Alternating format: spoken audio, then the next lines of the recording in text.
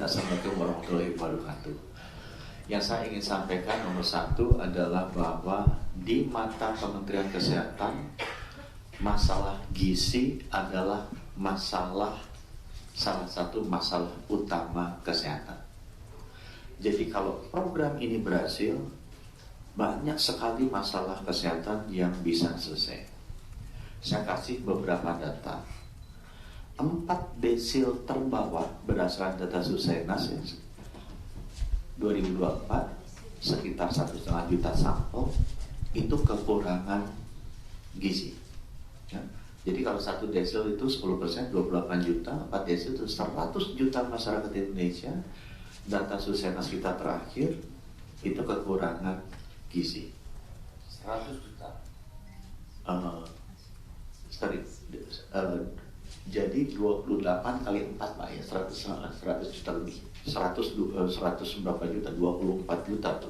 100 juta lebih, 28 10% 1 desil 28 juta. Jadi kali 4 112 juta. Nah, itu nomor 1. Nomor 2, Bapak Ibu tahu stuntingnya kita kan di kisaran sedikit di bawah 20%. 20% dari 25 juta, Bapak tahu kira-kira berapa angkanya. Itu juga kekurangan gizi, dan gizi ini berpengaruh untuk masa depannya dia. Yang ketiga, hasil cek kesehatan gratis kita udah keluar. Sampai dengan SMA, itu sebagian besar anak-anak gizi kurang. Ada catatan sedikit, yang gizinya lebih juga ada. Terutama kalau SMA ke atas dan dewasa di perkotaan gizinya lebih, itu juga tidak baik ya, tapi sebagian besar masih gizinya kurang. Oleh karena itu saya tekankan, program ini sangat bagus di mata Kementerian Kesehatan. Program Bapak Presiden ini sangat bagus. Kita mengakui bersama KPLBGN bahwa ada kekurangan implementasi ya. Nah itu yang saya terima kasih sekali Kepala BGN sudah mau melibatkan kita. Ada 3 hal yang saya ingin sampaikan di sini. Nomor 1, sebelum 5 Agustus, Kementerian Kesehatan dan BGN akan duduk bersama dengan ahli-ahli gizi terkemuka Indonesia. Sudah ada daftar di Kementerian Kesehatan. Kita akan duduk menentukan 2 hal. Nomor 1, targetnya ini kita mau refine. Sekolah mana yang mau dikasih, usia mana, SD-nya di mana, lokasinya di mana, fokusnya ke daerah stunting, dan lain sebagainya. Ibu hamil yang bagaimana, balita gimana. Itu kita harapkan tanggal 5 Agustus sudah selesai, semua ahli gizi memberikan masukan ke Kementerian Kesehatan dan BGN. Untuk 1 tentukan target, yang 1B-nya menentukan standarnya. Tapi standar ini rame. Mau kasih kacang, mau kasih susu, mau kasih apa, itu nanti masuk. Saya sangat yakin dengan stylenya Kepala BGN yang baru ini, dia akan cepat gercep itu beresin itu dengan tegas. Ya, sehingga berikan kesempatan kita untuk membagi program yang sangat, menurut saya sangat penting buat kesehatan ini. Yang nomor 2 yang akan kita lakukan, karena beliau yang mau cepat, khusus untuk stunting, beliau tuh sudah punya beberapa SPPG. Pak, ini mau dibuka apa enggak, berapa belas ribu, 13 ribuan. Nah kita udah lihat, Pak, ini ada petanya nih, yang stunting itu saya baru WA, termasuk sampai lokasi-lokasinya udah ada tuh, kabupaten kotanya.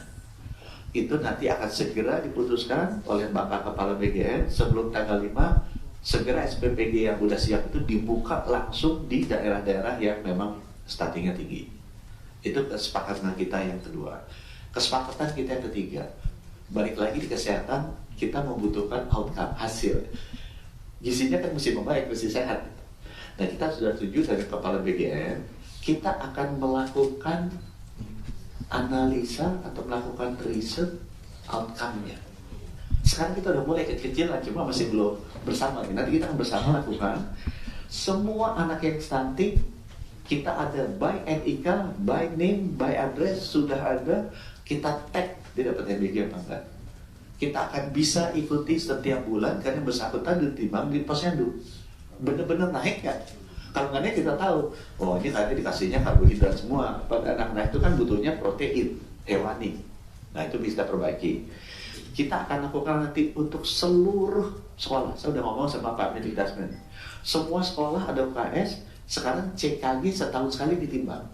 Saya lagi lobby ke beliau, boleh nggak setahun 2 kali? Jadi bisa ada waktu cukup untuk kita feedback balik ke PGN.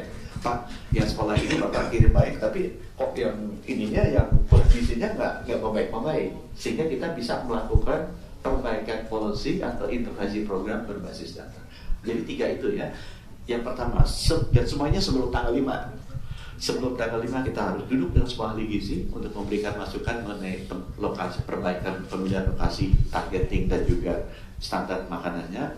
Nomor 2, sebelum tanggal 5 kita akan memutuskan Pak Kepala BGN segera membuka SPPG di daerah-daerah yang stuntingnya tinggi. Dan yang ketiga, sebelum tanggal 5 kita akan segera memutuskan bagaimana kita melakukan riset dengan lembaga-lembaga atau universitas melihat hasil outcome-nya untuk seluruh penerima SPG. Terima kasih Pak. Baik, Pak Menang silakan. Prof. Nazarudin. Assalamualaikum warahmatullahi wabarakatuh. Pertama-tama saya memberikan apresiasi yang cukup kepada pengelola MBG yang baru ya, walaupun berhitung hanya beberapa hari, tetapi kami merasakan adanya perubahan data yang sangat relevan dengan data yang kami miliki dibandingkan dengan sebelumnya. Nah, saya anggap ini satu hal yang sangat prestisius ya, karena dalam waktu yang sangat singkat kita bisa melakukan pencocokan data. Dan dengan demikian, kalau data kita tepat, maka saya kira gampang sekali kita mengurai permasalahan. Tapi kalau datanya tidak valid, itu pasti susah untuk menyelesaikan persoalan. Nah, kemudian kita berharap dalam waktu yang sangat singkat ini juga ada target-target untuk kita lakukan kerjasama. Kami Kementerian Agama dengan pondok pesantrennya, dengan madrasahnya, dan kelompok-kelompok agama-agama lainnya, insya Allah akan lebih proaktif untuk bekerjasama dengan lembaga-lembaga kita nanti ya, dan insya Allah diharapkan persoalan-persoalan yang dihadapi, terutama di pondok pesantren ya.